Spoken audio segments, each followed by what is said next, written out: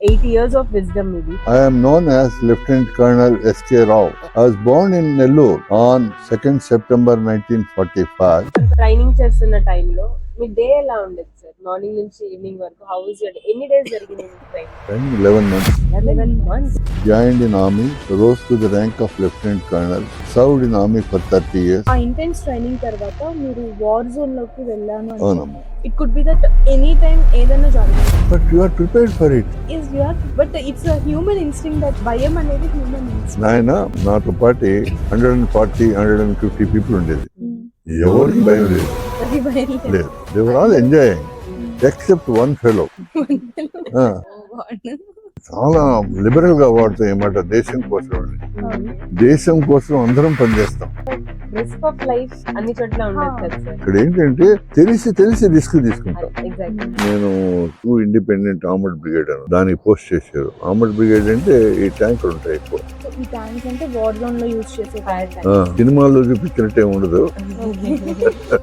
ట్యాంకులో కూర్చొని పైన కుప్పోలు అంట కవర్ మూసేస్తారు. చీకటి గా ఉంటుంది. ఆ ఇంజిన్ అది స్టార్ట్ అయితే the whole world is coming on your head and we are train to repair. So we are also in the war. కాకపోతే వాళ్ళు 190 మంది ఉంటే మేము 120 మంది. మీరు 2 wars లో ఇన్వాల్వ్డ్ ఉన్నారు అని. నేను 71 వార్ లో ఉన్నాను ఫుల్ గా. 70. తర్వాత ఆపరేషన్ బ్లూ స్టార్ లో ఉన్నాం. It's most unfortunate money people died. మనవాళ్ళు కానీ సర్దార్స్ కానీ. అసలు ఏంటి సార్ ఆ blue star operation? This is pure political game. 25,000 people here. Indian Army's Chief of Staff, General Satnam, The Indian government has taken a decision to fire at the Golden Temple and says that at the moment some 3,000 more a day are being taken out of the country. ఆ particular operation లో మీకు గుర్తున్న ఏదన్నా incident, అది ఎప్పటికీ మీరు మర్చిపోలేను అన్న ఇన్సిడెంట్ ఏమన్నా ఉందా sir? for example, once I am going towards Pakistan, Nainakote ఉంది. మా బండి పోతుంది. నాతో 2-3 సర్దార్స్ జవాన్స్ అందరం కూర్చొని పోతున్నాం. Suddenly 6 airplanes came traffic. Especially war zones కానీ వీటి గురించి మాట్లాడతాం. Maybe somebody might be working with you closely ఆ పర్టికులర్ టైంలో. మీతో అందరు కలిసి ఆ పర్టికులర్ ప్లేస్ కి వెళ్తారు, కానీ వెళ్ళేటప్పుడు సేమ్ నెంబర్ ఆఫ్ పీపుల్ మళ్ళీ ఇంటికి వెళ్తారనే గ్యారంటీ కూడా లేదు. Did you ever come across ఆ సిచువేషన్ సార్? అప్పుడు ఎలా బాధగా ఉంటుంది.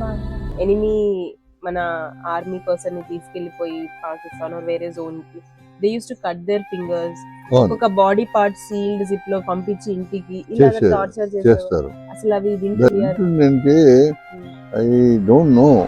పళ్ళు పీకేసి పంపించి. We don't torture people because they are working for their own country, we are working for our own country. They are not our enemies అనే attitude ఉంది మనకి. ఉదయాన్నే లేచి పళ్ళు కమ్ముకున్నట్టు మా నాయన పరిగెత్తుకుంటా వచ్చాడు. ఒక రెడ్ లెటర్ తీసుకుని దాంట్లో leave cancel, report immediately. Sir, ఈ త్రూ అవుట్ ప్రాసెస్ లో మీకు ఇంకా నా వల్ల కాదు, గివ్ అప్ ఇచ్చేద్దాం ఎప్పుడైనా అనిపించింది? లేదు. Voluntarily join. How can I leave it? Though you were into technical part, మీకు కూడా వెపన్ ట్రైనింగ్ అనేది కంపల్సరీ ఉంటుంది. Yeah.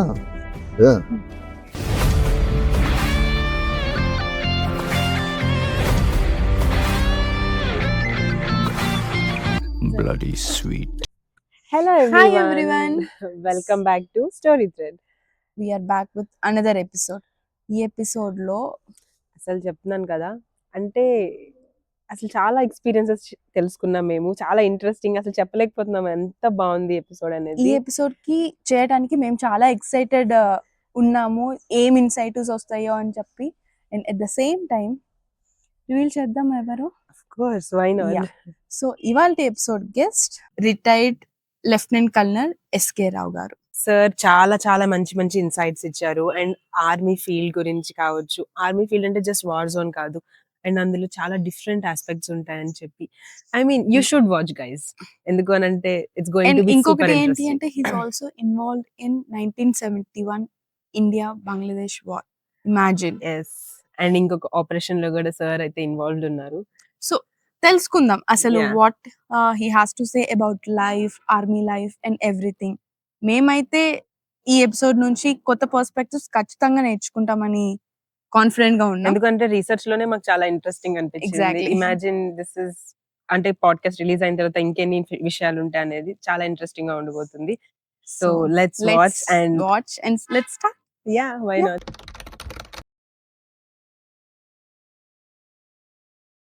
Hi uncle, how are you? Good morning. Good morning అమ్మా. ఎలా ఉన్నారు? ఎలా ఉంది? మామూలుగానే ఉన్నాను తల్లి. First of all thank you so much uncle, invite చేసి మాకు టైం ఇచ్చినందుకు. మీ schedule లో కొంచెం ఇట్స్ సో హ్యాపీ, ఆనర్డ్. మేము మీ ఎంత ఎక్స్పీరియన్స్, ఇంత పర్సనాలిటీ చూడడం మేము really an inspiration. So first of all thank you so much for that. అసలు మీ గురించి మీ స్టోరీ వినగానే ఖచ్చితంగా మీతో మాట్లాడాలి, మీతో ఒక ఎపిసోడ్ చేయాలి అని చెప్పి 2 weeks నుంచి అనుకుంటున్నాం ఆల్మోస్ట్. సో ఫైనల్లీ ఇవాళ కుదిరింది. Thank you so much uncle. మీరు మళ్ళీ ఢిల్లీలో ఉన్నారని చెప్పారు. అవునమ్మా. సో అవన్నీ వెయిట్ చేసి, so eagerly waiting. And so let's start the episode. First of all uncle, మీ గురించి మేము తెలుసుకున్నప్పుడు అయితే లైక్ 8 years ఆఫ్ విజ్డమ్ ఇది. అవునమ్మా. ఇన్ని జనరేషన్స్ చూసిన తర్వాత ఇప్పుడు చూస్తే కంప్లీట్ డిఫరెంట్ ఉంటుంది. అప్పట్లో మొత్తం డిఫరెంట్ ఉంటుంది. సరే, ఒక్కసారి చిన్న చైల్డ్హుడ్ కి అలా వెళ్ళి will discuss about how was your childhood and upbringing ఎలా ఉంది. I was born on 2nd September 1945 at Nellore. Nellore is the district headquarters, but we stay at Kovur, which is 5 kilometers away from Nellore. Okay.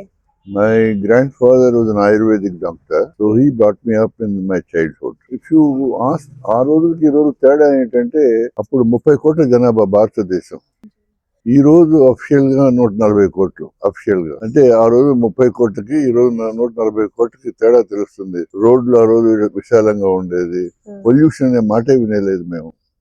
So అది తేడా ఆ రోజుకి ఈ రోజుకి. అసలు మీరు 1945 బోర్న్ అన్నారు. ఆ టైంలో కూలింగ్ ఎలా ఉండేది, ఎడ్యుకేషన్ సిస్టమ్ ఎలా ఉండేది? ఇప్పుడు మీరు మీ పిల్లల ఎడ్యుకేషన్ సిస్టమ్ చూసే ఉంటారు. చాలా మార్పు ఉందమ్మా. సో ఎలాంటి డిఫరెన్స్ చూసారు? అప్పుడు ఒక క్లాస్ రూమ్ 40 మంది స్టూడెంట్స్ ఉండేది. ఇప్పుడు ఎంతమంది ఉన్నారు నాకు తెలియదు. 40, 50. మాకు ఇంజనీరింగ్ లో 70 మంది కూర్చునేది ఒక క్లాస్ రూమ్ లో. మ్యాథమెటిక్స్ టీచర్ చెప్తుంటే లాస్ట్ బెంచ్ కనపడేది కూడా కాదు. So the facilities were very few in those days. ఈ రోజులాగా ఉండేది కాదు. And when I was doing engineering from 60 to 67 రేడియోలు ఉండేది కాదు. ట్రాన్సిస్టర్ రేడియోలు ఉండేది. రేడియోలు ఉండేది కానీ ఎక్కడో చాలా తక్కువ ఉండేది. ఎవరో ఒకరిద్దరు ట్రాన్సిస్టర్ ఉంటే అందరూ విచిత్రంగా వింతగా చూసేవాడు. అది అనమాట. Used to walk from Venkateswara university college నుంచి తిరుపతి టౌన్ నడిచిపోయేది. సైకిల్ కూడా అందరికి ఉండేది కాదు. Cycle was a big luxury. ఇప్పుడు మీన్స్ ఆఫ్ కమ్యూనికేషన్, అప్పుడు కమ్యూనికేషన్ అంటే transport, buses and trains. If I want to come from Nellore to Tirupati, I have to spend 12 hours or sometimes 8 hours if I am lucky. Whereas bus takes 4 hours. అదే ఇప్పుడు 2 గంటలు అయిపోతుంది. మీరు mechanical engineering. అవునమ్మా.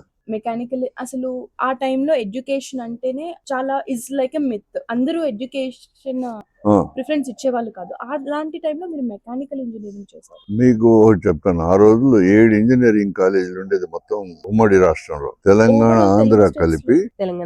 ఆంధ్ర కలిపి Osmania university engineering college, తర్వాత ఇంకోటి వచ్చేసి కాకినాడ ఇంజనీరింగ్ కాలేజ్, విశాఖపట్నంలో ఒక ఇంజనీరింగ్ కాలేజ్, ఆర్ఈసి వరంగల్, తిరుపతిలో ఎస్వియు కాలేజ్ ఆఫ్ ఇంజనీరింగ్, అనంతపూర్లో ఒక ఇంజనీరింగ్ కాలేజ్. 6 కాలేజీలు ఉండేది. సో ఎంసెట్ ఎగ్జామినేషన్ ఉండేది. మేము ఉండేది ఎంసెట్ కాకుండా డైరెక్ట్ గా మార్కులు బట్టి ఇచ్చారు.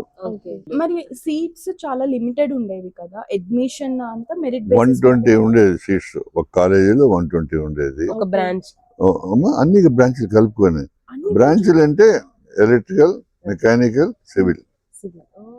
కాకినాడలో టెలికమ్యూనికేషన్ ఇంజనీరింగ్ అనేది ఒకటి ఉండేది ఎక్స్ట్రా. యూనివర్సిటీ ఇక్కడ వచ్చేసి మైనింగ్ ఇంజనీరింగ్ ఉండేది ఇక్కడ మన ఉస్మానియాలో.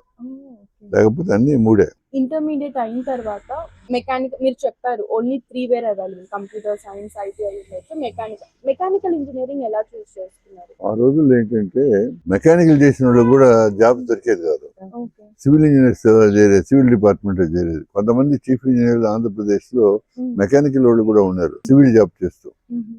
దట్ ఈజ్ మెకానికల్ చేస్తే, సివిల్ చేస్తేనే మేము ప్రాజెక్ట్ డిజైన్ చేయగలం అని అనుకునేది, కానీ అదేం కాదు. ప్రాజెక్ట్ డిజైన్ చేసేదానికి ప్రైవేట్ ఏజెన్సీస్ ఉన్నాయి. బాక్రానంగల్ డ్యామ్ అనుకో, మన నాగార్జున సాగర్, అవన్నీ మన డిపార్ట్మెంట్ వాళ్ళు చేయరు. డిపార్ట్మెంట్ డ్రాయింగ్స్ బట్టి ఎగ్జిక్యూషన్ చేస్తారు కానీ బయట వాళ్ళు చేసేది. సో మాకు అనుకునేది, నేను సివిల్ ఇంజనీర్ అయితే రోడ్డు వేయాలా, బ్రిడ్జెస్ కట్టాలా, అవన్నీ ఉండేది కాదమ్మా. కాకపోతే నేను ఎందుకు మెకానికల్ చేయాలంటే ఒక ఇంట్రెస్ట్ ఉండేది అనమాట. మిలిటరీలో చేరాలా అనుకునేది నేను. అప్పటికే మీకు మిలిటరీలో జాయిన్ చేరాలనుండేది మొదటి నుంచి. ఎందుకు చేరాలనుకున్నానంటే నేను కందుకూరులో ఉండేటప్పుడు ఒక అసిస్టెంట్ ఇంజనీర్ గారి అబ్బాయిని దేహరాదూన్ పంపించేది. దూన్ స్కూల్ అనేది ఉండేది అక్కడికి, రాష్ట్రీయ మిలిటరీ అకాడమీ అని మిలిటరీ కాలేజ్ ఒకటి ఉంది, చిన్న స్కూల్, అక్కడ పంపించారు. అప్పటి నుంచి నాకు కూడా మిలిటరీలో చేరాలా అనే ఒక ఐడియా ఉండేది. సో అలా వచ్చింది మీకు ఎక్స్పీరియన్స్. సార్ ఒక చిన్న డౌట్ నాకు ఇక్కడ, లైక్ నీవి ఇందాక చెప్పినట్టు అక్కడ ఆ డేస్ లో ఫోకస్ వచ్చేసి సరే నువ్వు పనికి వెళ్ళు, లేదంటే మన దగ్గర అంత డబ్బులు లేవు, అగ్రికల్చర్ మోస్ట్లీ ఫార్మింగ్ కానివచ్చు, లేబర్ వర్క్ ఉండేది. మీ పేరెంట్స్ ఎలా ఉండేది? మీ ఇంట్లో ఒక culture upbringing where focused education ఉండేది? మా ఫాదర్ వచ్చేసి ఆ రోజుల్లో మెట్రికులేషన్ పాస్ అయ్యాడు. మెట్రికులేషన్ పాస్ అయిన తర్వాత ఆయనకి డిస్ట్రిక్ట్ ఆఫీస్ లో క్లర్క్ ఉద్యోగం ఉంది, ఎల్డీసీ అంటాం కదా, ఆ ఉద్యోగం ఉంది. దాంతో we all came up and money was with only government employees. Agriculture వాళ్ళ దగ్గర డబ్బు ఉండేది కాదు. So to give an example, మా ఇంటికి వచ్చి బండి కట్టెలు తీసుకొచ్చేది కందుకూరులో, 3 రూపాయలు బండి కట్టెలు. వాడు అక్కడ వేసి నా వల్ల కాదని మా అమ్మ అంటే వద్దు నాకంటే మొద్దులు అంటే మొద్దులు పగలగొట్టి అక్కడ పెట్టిపోయేది. 3 రూపాయలు అంటే రూపాయికి 2 సేర్లు బియ్యం కూడా ఉండేది, రూపాయికి కిలో మాంసం వచ్చేది. రూపాయికి కిలో మాంసం. అవునమ్మా. ఇప్పుడు అదే 300. 62 పైసలకి, అంటే ఇప్పుడు కొత్తగా నయా పైసలు, అంతకుముందు అణాలు అనేది 10 అణాలకి ఒక వీసా 1.5 కిలో నూనె వచ్చేది. So things were also cheap, but money was not available. Agriculture చేసిన వాడి దగ్గర మనీ ఉండేది కాదు. సో వైల్ యువర్ అప్బ్రింగింగ్ మీకు తెలుసు మీరు ఇలా చదువుకుంటున్నారు ఎడ్యుకేషన్, దెన్ తర్వాత you going for higher education, ఇదే this was your mind set. So మీ సర్కిల్ ఫ్రెండ్స్ కూడా ఇలానే ఉండేవాళ్ళ? అంతే అమ్మా.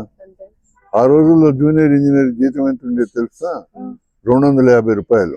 నెలకి 250 ప్లస్ ఫీల్డ్ స్టాఫ్ కి 45 rupees FTF, fixed travelling allowance అని ఇచ్చేది. అంటే we were thinking ఆ రోజుల్లో ఇలా ఉండేది ఇలా ఉండేది అంటే. ఎందుకంటే ఇప్పుడు జనరేషన్ లో 5 lakhs LPA గడవట్లేదు రోజులు మాకు. అలాంటిది అప్పుడు 250 రూపాయలకి నెలకి పనిచేసిన రోజులు అంటే చాలా. కాస్ట్ ఆఫ్ లివింగ్ తక్కువ కదా, అందుకని. ఇప్పుడు కాస్ట్ ఆఫ్ లివింగ్ పెరిగిపోయింది, but money income also is there. మాకు ఒక క్వశ్చన్ ఉండేది, ప్రెసిడెంట్ సాలరీ ఎంత అని. 10,000 రూపాయలు ప్రెసిడెంట్ కి సాలరీ. అమ్మ 10,000కి ఏం చేసుకుంటాడు ఆయన అనుకునేది. 250 నుంచి 10K అంటే 10,000 చాలా ఎక్కువ అనుకునేది. ఇప్పుడు మా దగ్గర పనిచేసే సర్వెంట్స్ కి 10,000 పైన ఇస్తున్నాం. సో ఇంజనీరింగ్ చేయడానికి రీజనే మిలిటరీకి వెళ్ళాలి అనుకున్నాను నేను. అప్పుడు అంటే ఇంజనీరింగ్ కంటే ముందే అనుకున్నాను. అంటే సార్ ఒక చిన్న డౌట్ ఏంటంటే, ఆర్మీకి వెళ్ళాలంటే ఏమన్నా స్పెసిఫిక్ క్వాలిఫికేషన్ ఉండేదా? లైక్ ఇప్పుడు మీరు ఇంజనీరింగ్ చేస్తేనే వెళ్ళాలి అని చెప్పి అనుకున్నారు కదా, అలా కాకుండా ఇంజనీరింగ్ చేస్తేనే వెళ్ళాలి ఆర్ ఏమన్నా? అది కాదు, ఆర్మీలో చేరాలంటే ఆర్మీ స్కూల్స్ అని ఉన్నాయి, సైనిక్ స్కూల్స్. సైనిక్ స్కూల్లో చేరినప్పుడు అడ్వాంటేజ్ ఏం లేదు. You are only introduce to the way of life of the army.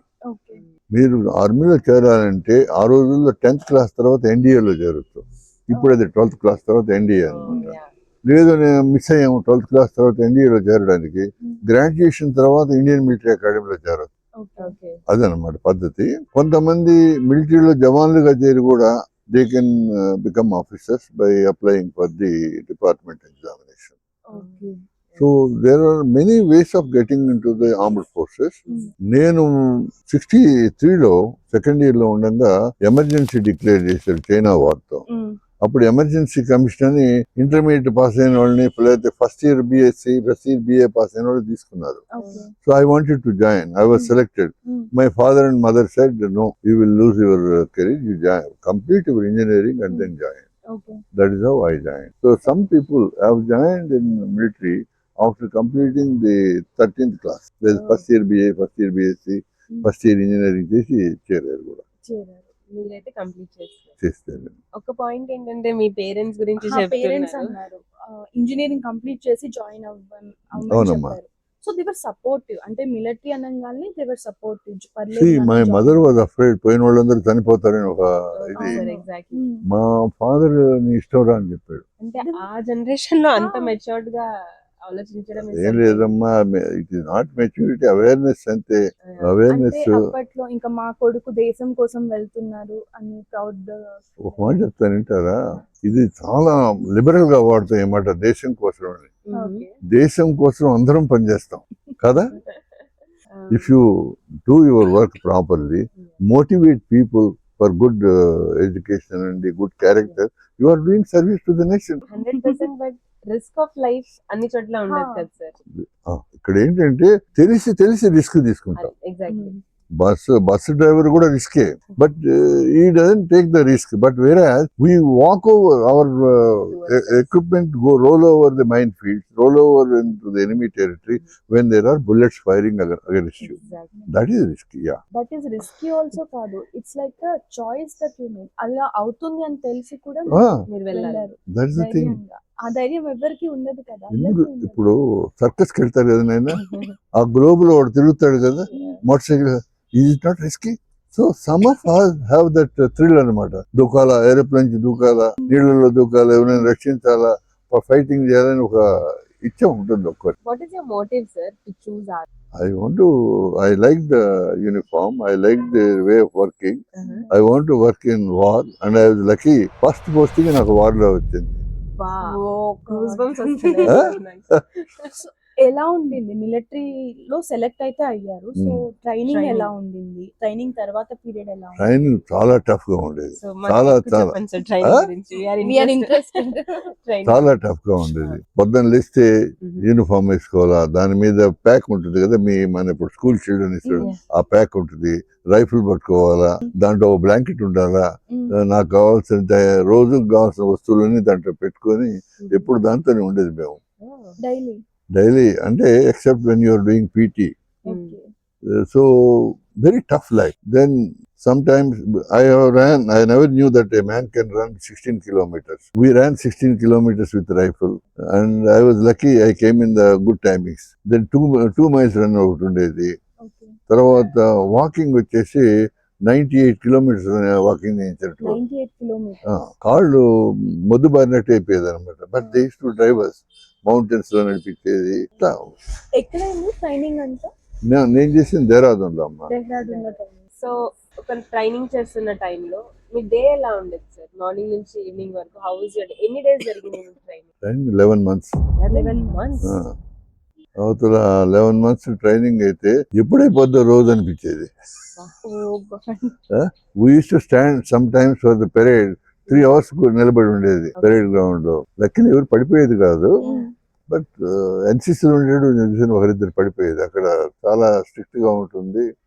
So it's on champ. Food ఎలా ఉండేది సార్? లైక్ సఫిషియెంట్ ఫుడ్ ఇచ్చేవాళ్ళు? ఫుడ్ సఫిషియెంట్ ఇస్తారు. నార్త్ లో ఆ రోజుల్లో ఈ ఉప్పు లేకుండా పెట్టేది, ఉప్పు కారం ఉండదు మనలాగా, ఉడకబెట్టిన పప్పు అట్లా. మనకి ఏంటంటే కరేపాకు, ఏదైనా పుదీనా, స్పైసీ ఫుడ్ కదా మనకి, కొత్తిమీర ఉండే కాదు. మిస్ అయ్యే వాళ్ళ ఇంటి ఫుడ్ ని. చాలా సార్, ఈ త్రూ అవుట్ ప్రాసెస్ లో మీకు ఇంకా నా వల్ల కాదు, గివ్ అప్ ఇచ్చేద్దాం ఈ ట్రైనింగ్ ఫేజ్ మాత్రమే ఎప్పుడైనా అనిపించిందా సార్? లేదమ్మా, వాలంటీర్ని join, how can I leave it? Is it true that చాలా మంది ఆ ట్రైనింగ్ ని తట్టుకోలేక క్విట్ చేసే వాళ్ళు చాలా మంది ఉన్నారు? చాలా మంది కాదు, ఇప్పుడు ఒక బ్యాచ్ లో 300 మంది ఉంటాం అనమాట. 300 మందిలో 2-3 ఉంటారు. That is very rare. The fact that he comes to armed forces, he knows the risks involved, the difficulties involved, తట్టుకుంటారు. బట్ ఆ ఎర్లీ ఏజ్ లో అంత ప్రిపేర్ చేసుకోవడం ఇస్ సంథింగ్. అర్లీ ఏజ్ లోనే ప్రిపేర్ అవుతాం ఎక్కువ. ఎగ్జాక్ట్లీ. మళ్ళీ లేటర్ ఏజెస్ లో భయం వేస్తుంది, మా కాలు ఎరిగితే ఏమవుద్దా, చెయ్యి ఎరిగితే ఏమవుద్దా. అప్పుడే ఇంకొంచెం అడ్వెంచరస్ గా ఉంటాం. సో ఈ 11 months ఇంటెన్స్ ట్రైనింగ్ అయింది. సో ఆ ట్రైనింగ్ అనేది వార్ జోన్ కి రెడీగా ఉండేలాగా. అవును, కరెక్టే. సో ఈ 11 months తర్వాత ఎలా ఉండింది సార్? 11 months తర్వాత నేను ఇంజనీరింగ్, మెకానికల్ ఇంజనీర్ అంటే EME అని ఉంటుంది, ఎలక్ట్రికల్ అండ్ మెకానికల్ ఇంజనీర్స్ అని. ఇప్పుడు ఆ ఎలక్ట్రికల్ తీసి ఎలక్ట్రానిక్స్ అండ్ మెకానికల్ ఇంజనీరింగ్ పెట్టేది దాని పేరు. బరోడాకు వచ్చి మేము ట్రైనింగ్ చేసాం ఈ ఎక్విప్మెంట్ మీద, గన్స్ మీద, వెహికల్స్ మీద, వీటి మీద. తర్వాత ఎలక్ట్రానిక్స్ సంబంధించి ఇక్కడ MCME అని ఉంది ఇక్కడ మన తిరుమలగిరిలో, అక్కడ వచ్చి ట్రైనింగ్ చేసాం 3 months. ఆ తర్వాత కోర్స్ నేను 2 ఇండిపెండెంట్ ఆర్మర్డ్ బ్రిగేడ్ అని ఉంది, దానికి పోస్ట్ చేశారు. ఆర్మర్డ్ బ్రిగేడ్ అంటే ఈ ట్యాంకులు ఉంటాయి ఎక్కువ. So I work with them during war. So ఈ ట్యాంక్స్ అంటే వార్ జోన్ లో యూస్ చేసే కానీ ఒకసారి ఆ ఎక్స్పీరియన్స్ షేర్ చేస్తారా సార్? ఎలా ఉండేది? ఎక్స్పీరియన్స్ ఏం చెప్తాను నేను, అది సినిమాల్లో చూపించినట్టే ఉండదు. ఇప్పుడు ఆ ట్యాంక్ ఉంది కదా, ట్యాంక్ మాకు డ్రైవింగ్ నేర్పించారు. ట్యాంకులో కూర్చొని పైన కుప్పోలు అంట కవర్ మూసేస్తారు, చీకటిగా ఉంటుంది. ఆ ఇంజిన్ ఇప్పుడు 1000 బిహెచ్పి ఉంది, అప్పుడు 525 హార్స్ పవర్ ఇంజిన్ అన్నమాట. అది స్టార్ట్ అయితే the whole world is coming on your head అనిపిస్తారు. జలపాతం మన నెత్తి మీదే పడుతున్నట్టు అనిపిస్తుంది. You need practice to bear that sound, to work with that sound. దాంట్లో నుంచి చూడాలన్నమాట. బయటికి చూడాలంటే you can't see directly, periscope నుంచి బయట చూస్తాం అనమాట. పెరిస్కోప్ యూస్ చేసేవాళ్ళు. They are all inbuilt. So target ని చూసి ఫైర్ చేస్తారు. ఫైర్ చేస్తారు. మేము చేయం, మా ఈఎంఏ వాడు ఫైర్ చేసేది, వాళ్ళు వేరే ట్యాంకర్స్ వాడుంటారు. They are very well train. మేమేంటంటే దాంట్లో పాటు వాళ్ళతో పోవడం, ఏదైనా ఎక్విప్మెంట్ ఇరకపోతే బయటకు లాగడం, రిపేర్ చేయడం, ఇవన్నీ మేము చేస్తాం అక్కడ. We're train to repair. ఆ heat of the moment.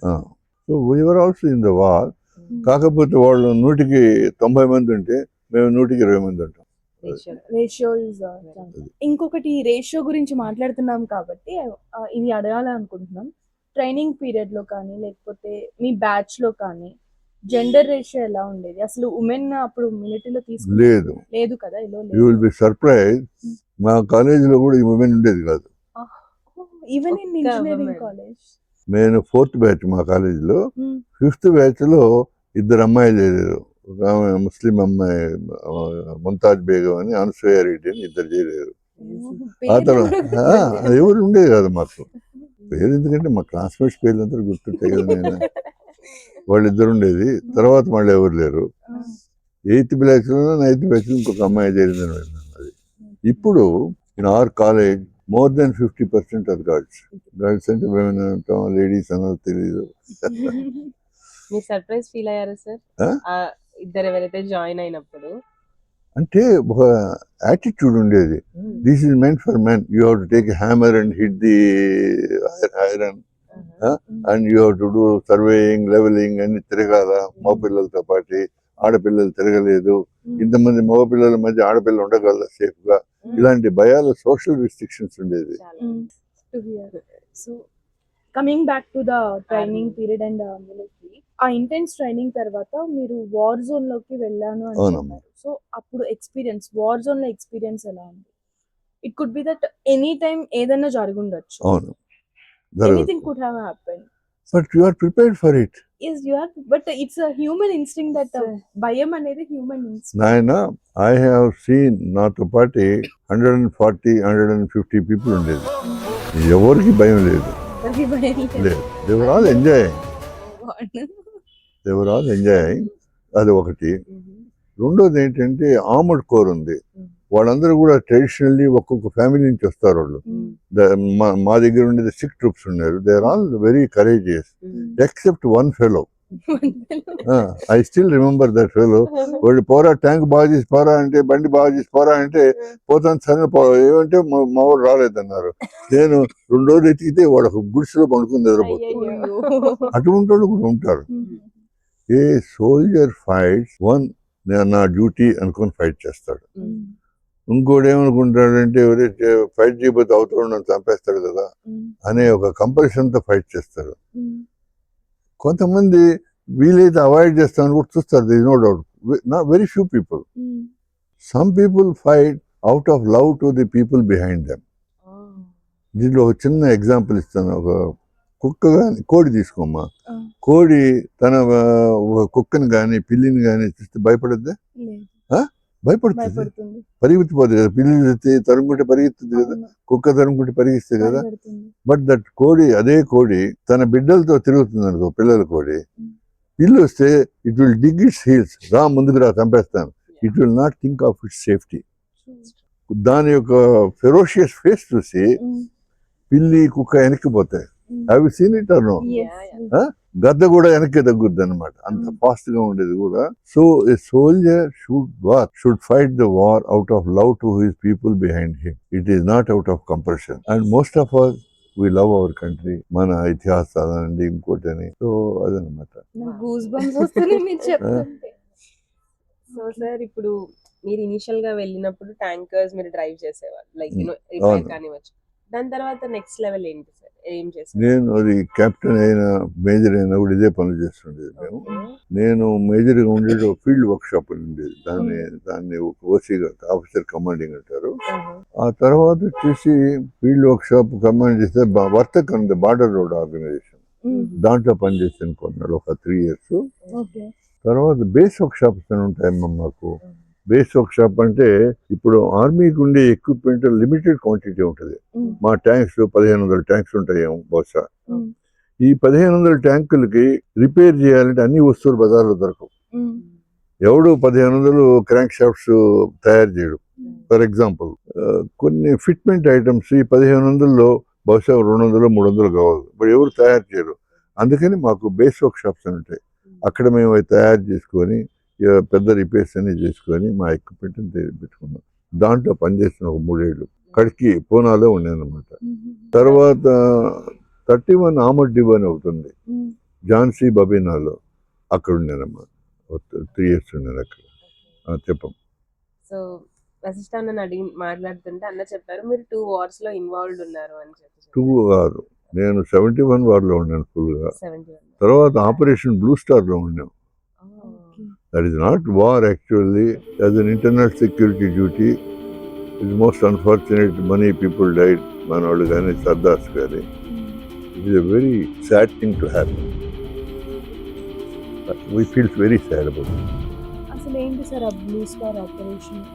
Blue star అంటే this is a pure political game ఆయన. వీళ్ళు అకాలీస్ అనే పార్టీ చాలా ఫార్వర్డ్లో ఉండింది పంజాబ్లో. వాళ్ళ దగ్గర పవర్ పోతుందేమో అని నాకు తెలుసు, నేను విన్నది. ఇందిరాగాంధీ సంత్ బిందన్ సింగ్ అనేవాడిని బిందన్ వాళ్ళ అనేది ప్రమోట్ చేసింది. That fellow started his own following. బిందన్ వాళ్ళే, వాడు మొదట కాంగ్రెస్లో ఉన్నాడు. ఈ స్టేజ్ హెస్ కమ్, వాడికి పవర్ రుచి చూశాడు. వాడే ఒక మిలిటెంట్ గ్రూప్, పెద్ద గ్రూప్ తయారు చేసాడు పంజాబ్. చేసి హిందువులను చంపడం, బస్సులో తీసుకెళ్లి మొత్తం కాల్ చేయడం అట్లా. దాన్ని ఆక్యుపైడ్ గోల్డెన్ టెంపుల్.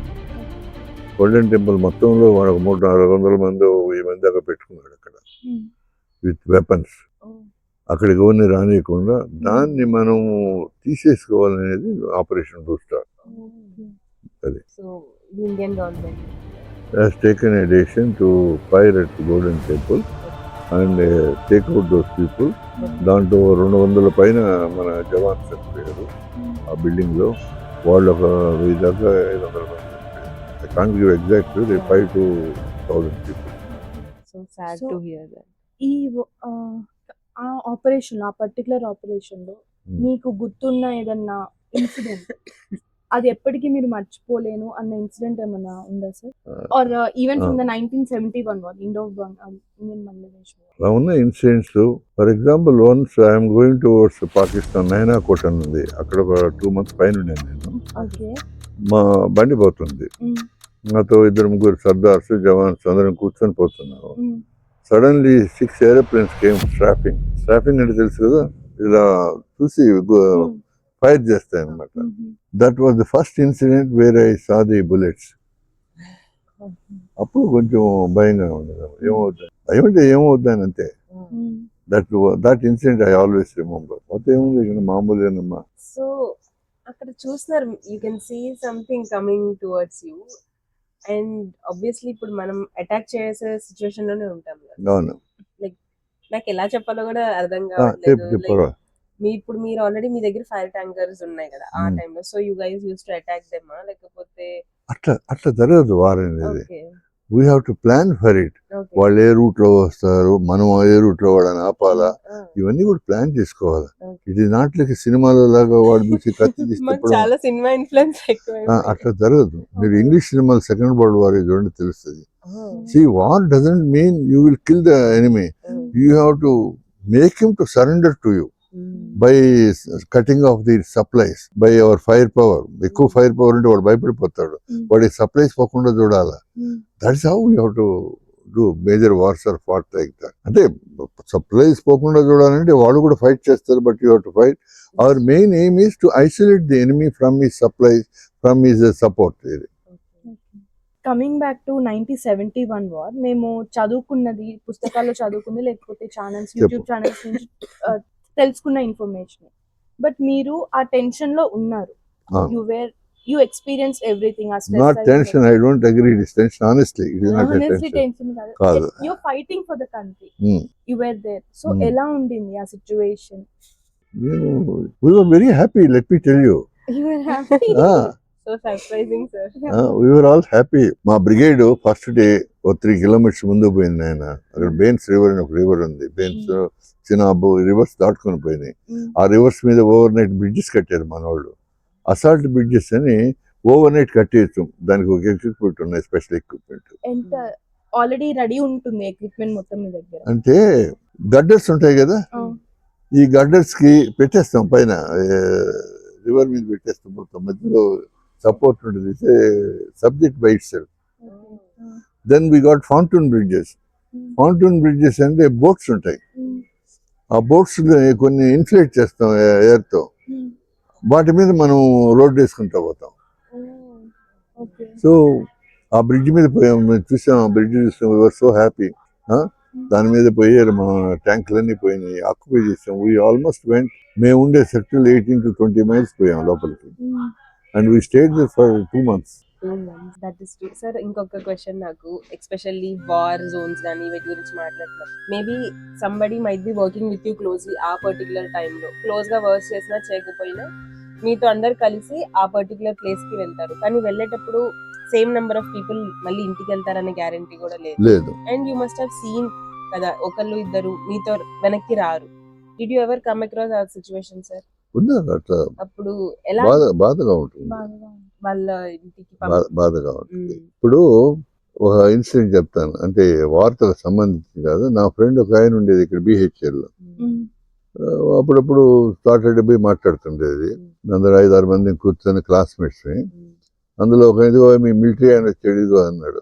ఒక జవాన్ ఉండేది, అతను బాబురావు అని, హవల్దారు. చూపించి మీరందరూ ఏముంది, ఎస్ అంటే ఎస్, నో అంటే నో అని తమాషగా మాట్లాడు అతను.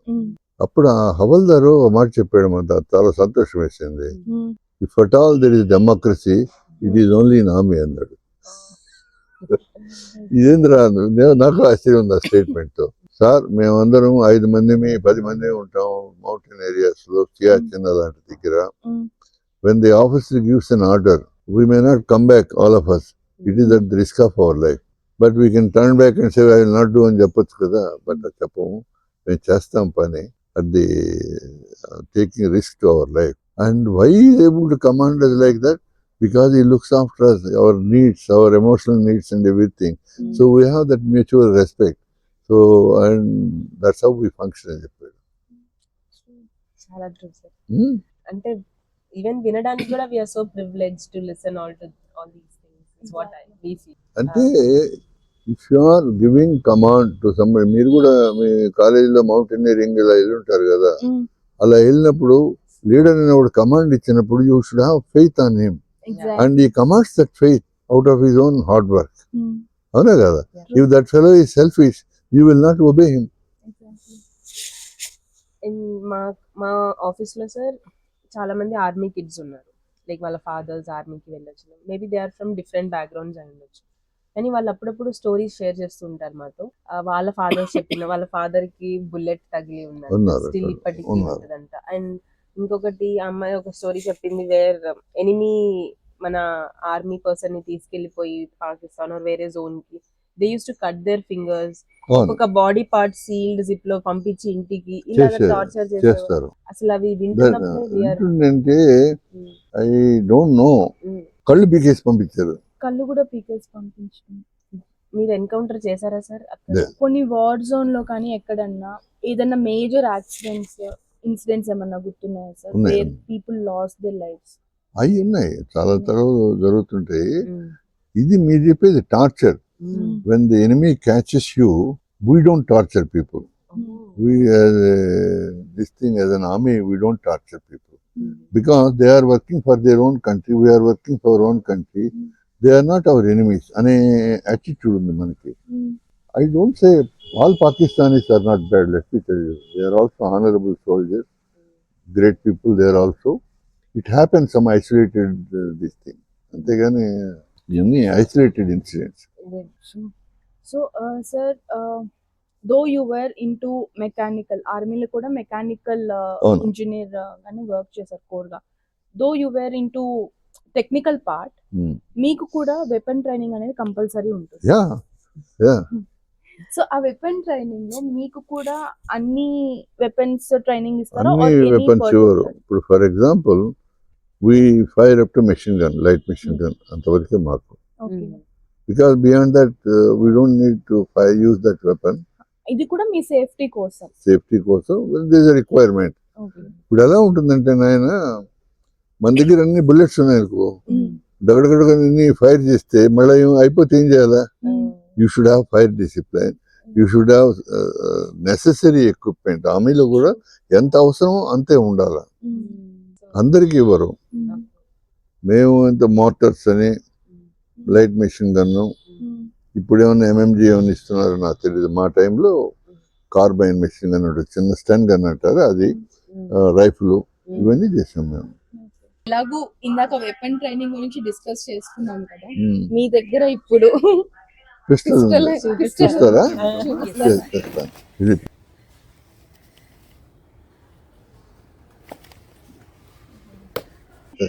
ఇది పిస్టల్ అన్నమాట. రివాల్వర్ అంటే ఇక్కడ డ్రమ్ లాగా ఉంటుంది, అది తిరుగుతుంటది అనమాట. దాంట్లో ఒక్కో దాంట్లో ఒక రౌండ్ ఉంటుంది. రివాల్వర్ కి పిస్టల్ లో మనకి రౌండ్ ఉందో లేదు తెలియదు, మనం తీస్తే కానీ తెలియదు అనమాట. నేను ఫస్ట్ టైం చూస్తున్నాను. ఒకసారి నాకు దాన్ని పట్టుకోవాలనిపిస్తుంది.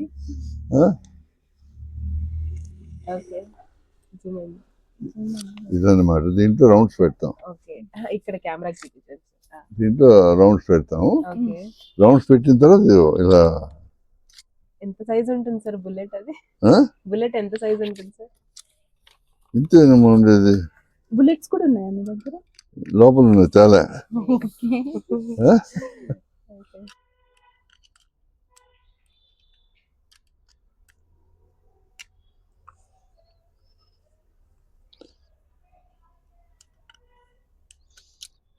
ఇప్పుడు ఎప్పుడో చాలా రోజులు ఒక్కసారి చూడొచ్చా సార్? ఒక్క నిమిషం.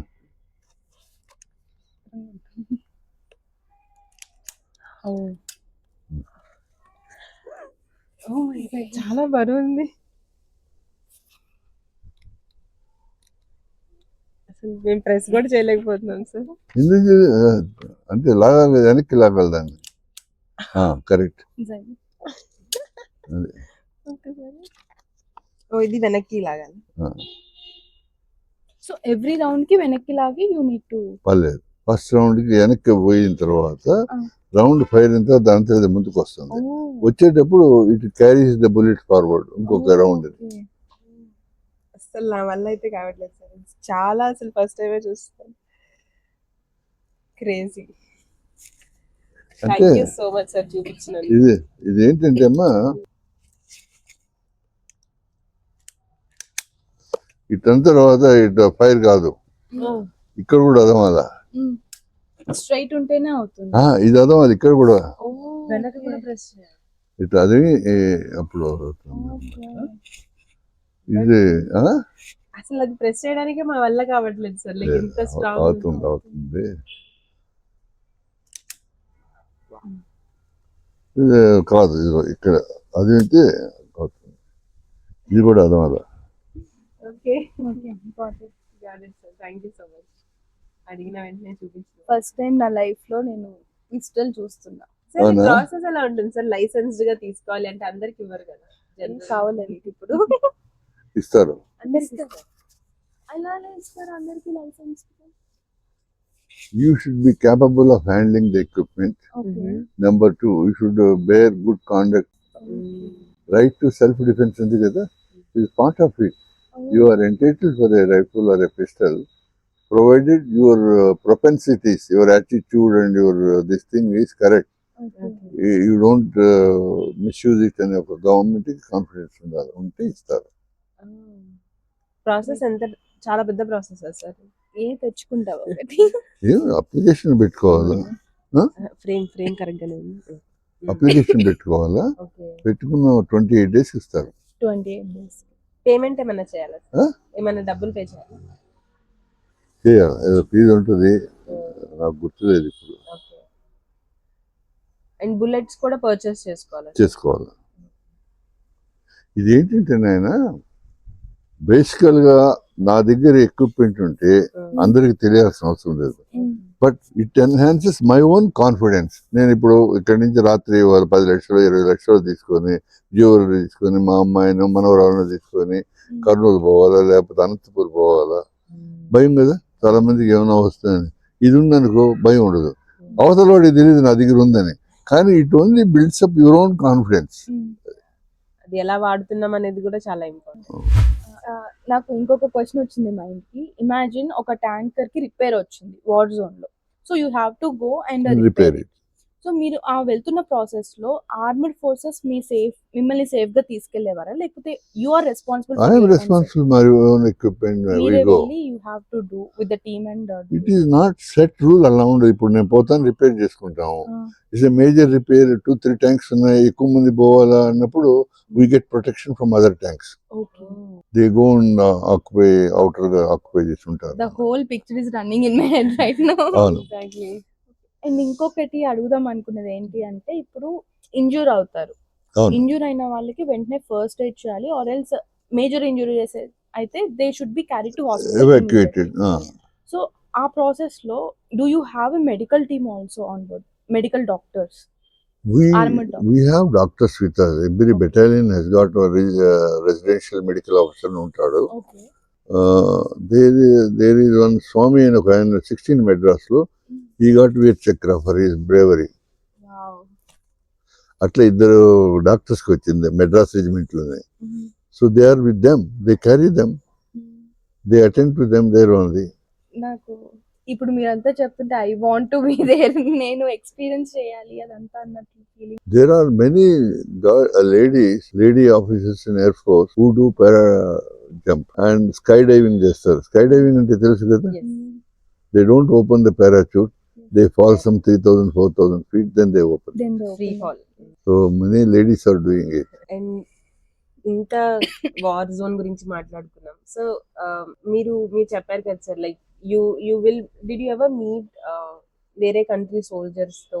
అక్కడ మీరు పాకిస్తాన్ కి కూడా వెళ్ళారని. కలిసాను, ఒకసారి కలిసాం పాకిస్తాన్ సోల్జర్స్. సో వాళ్ళు నార్మల్ గా మాట్లాడతారు? నార్మల్ గానే ఉంటారమ్మా, they are also our own brothers. Yeah, అంటే అలా జనరల్ గా యూల్ హ్యావ్ హెల్దీ టాక్స్ అలానే ఉంటుంది. I interacted with the Poland people and Russian people. Coming back to technology, మీరు స్టార్టింగ్ లో కమ్యూనికేషన్ కానీ ఏదన్నా కానీ వార్ జోన్ లో కమ్యూనికేషన్ ఎలా ఉండేది? We got special sets, okay. AM set, frequency modulated sets, amplitude modulated sets, ఇవన్నీ ఉండేది మాకు. సో దాంట్లో ఏంటంటే సీక్రెసీ ఉంటుంది, మీతో నా సెట్ లో మాట్లాడేది బయట పోదు. They were there. ఇప్పుడు ఇంకా మారిపోయినాయి. అలా చేంజెస్ ఏమన్నా తెలుసా సార్? చేంజెస్ తెలుసా, మేజర్ చేంజెస్ ఏమన్నా అబ్జర్వ్? చాలా ఉన్నాయి. మేము ఇక్కడి నుంచి 30 kilometers లో ఉండే మా హెడ్ క్వార్టర్స్ కు మాట్లాడాలంటే పెద్ద యాంటీనా పెట్టుకునేది, ఇంత పెద్ద సెట్ ఉండేది, సైమల్టేనియస్ గా మాట్లాడలేము. గుడ్ మార్నింగ్ సార్, ఓవర్ అంటే నేను అయిపోయిందంటే అదండి, ఎస్ రా, what are you doing, over, like that. I rank you up sir for this అని చెప్తాము అని ఓవర్ అన్న తర్వాత వాడు మళ్ళీ మాట్లాడాలి. రెండు సైమల్టేనియస్ గా మాట్లాడలేం, అలా ఉండే సెట్స్. ఈ రోజు ఇంత పెద్ద సెట్ లో మాట్లాడుతున్నాం కదమ్మా. There is so much of difference in communications. ఇంకొక చిన్న విషయం ఏంటి సార్ అంటే ఎన్విరాన్మెంటల్ కండిషన్స్ సార్, అక్కడ అవును, చాలా డ్రాస్టిక్ కండిషన్స్ లో యూ హ్యావ్ టు లివ్ కదా. yes. సో అక్కడ పాసిబుల్ హెల్త్ కండిషన్స్ అంటే మన హెల్త్ గురించి మనమే చూసుకోవాలి. అండ్ మీరు చూసిన ఒక kind of to the extreme condition కానివచ్చు, వెదర్ కండిషన్స్ కానివచ్చు, one of the toughest weather conditions మీరు ఎక్స్పీరియన్స్ చేసింది ఏమైనా షేర్ చేయండి. నేను పఠాన్కోట్ ఆ ఏరియాలో ఎక్కువ ఉన్నాను, Gurdaspur. Very severe winter, severe summer, అది డస్ట్ బాగుంటుంది అక్కడ.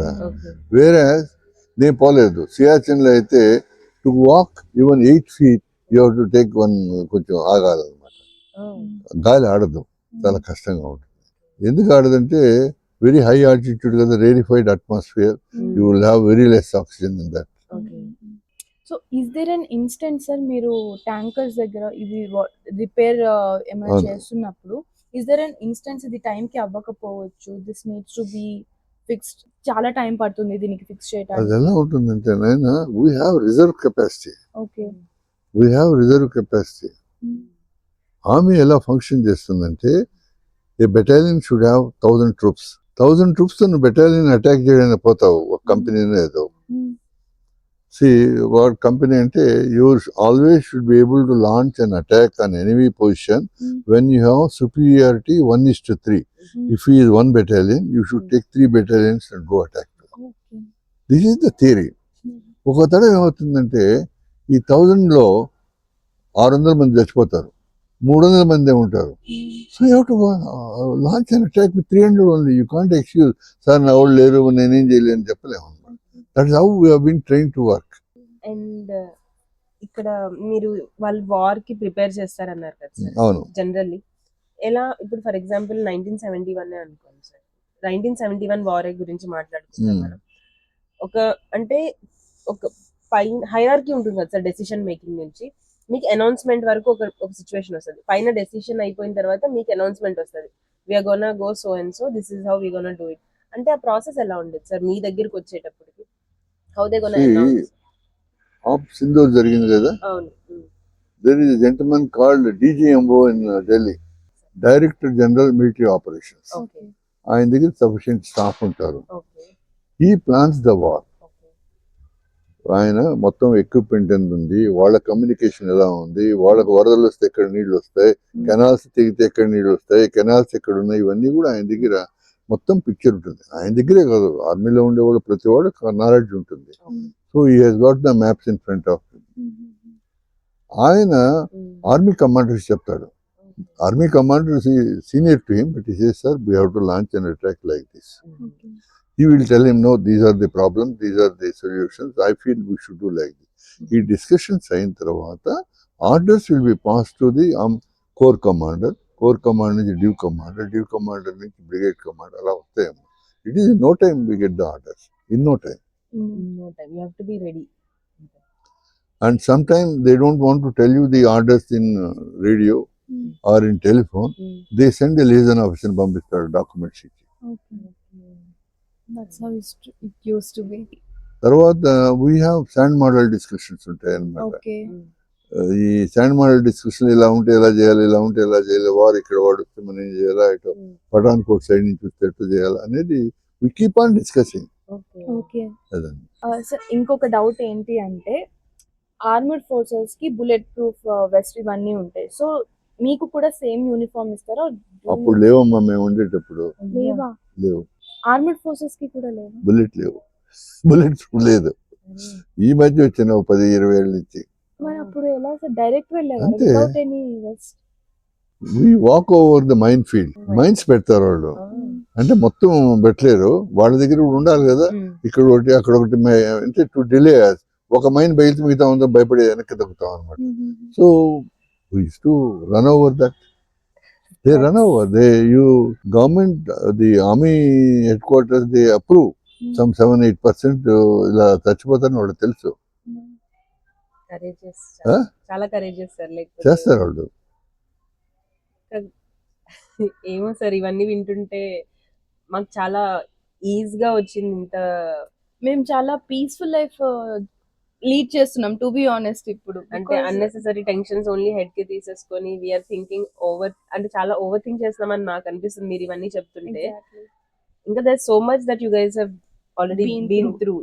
అండ్ ఇది చాలా సింపుల్ మాకు ఇప్పుడు మేము ఏదైతే లైఫ్ లీడ్ చేస్తున్నామో అండ్ మా వర్క్ టెన్షన్స్ గురించి కంపేర్ చేసుకుంటే, whatever the tensions that you been through or currently ఇప్పుడు ఆర్మీ వాళ్ళు, నాట్ జస్ట్ ఆర్మీ, ఎవరైతే ఇలాంటి టఫెస్ట్ జాబ్స్ చేస్తున్నారో, there is nothing that we're suffering. మేము ఇక్కడ పీస్ఫుల్ గా ఉన్నాము అంటే దానికి మేజర్ కారణం అక్కడ నుంచి. See, one way of thinking, yes, I agree with you. But the other way is you are paid for it అని కూడా అనొచ్చు కదా. బట్ స్టిల్ ఎంత ఉంటుంది sir army salaries? Army salaries sir benefits well ఉండొచ్చు సార్. సో నేను I don't think we have been paid extra. That is a different issue. Police duty చేస్తున్నాడమ్మా రాత్రి బబుళ్ళు ఈస్ పెయిడ్ కదా అనే ఒక యాటిట్యూడ్ కూడా ఉంది కదా పబ్లిక్ లో. ఉంటుంది. No, we are not talking about police. We are talking about normal, our Corporate, common people, corporate, corporate other jobs sector ఏదైనా. jobs లో ఉన్న వాళ్ళు. చిన్న చిన్న టెన్షన్స్ కి మేము చాలా స్ట్రెస్ ఫీల్ అయిపోయి ఓవర్ థింక్ చేస్తాం అన్నమాట. అదొక జబ్బుగా మారిపోయింది ఇప్పుడు ఓవర్ థింకింగ్ అనేది. That's But, true. still. మీరు బిలీవ్ చేస్తారా సార్ గాడ్ ని? There is something, there is somebody helping us అనిపిస్తుంది నాకు కూడా. ఐ డ్రోవ్ వెహికల్స్, పెద్ద వెహికల్స్, ట్యాంకులు అన్ని నడిపాను. I never met with an accident. There are many opportunities to meet with an accident, but I never. Sir మీరు ఇంత చూసినప్పుడు లైఫ్ లో మీకంటూ ఒక ది లోయెస్ట్ పాయింట్ ఉండొచ్చు కదా సార్, మీ మొత్తం లైఫ్ చూసుకుంటే. If anything that you can share with us, maybe details అవసరం లేదు, the intensity of that lowest point and how did you come out of yourself and today you feel that okay that's nothing matter to me at all. ఆ టైంలో నాకు burning అనిపించింది. కరెక్టే. అలాంటివి ఏమన్నా ఉంటే చెప్పండి. ఇప్పుడు నేను చెప్పింది కదా, నేను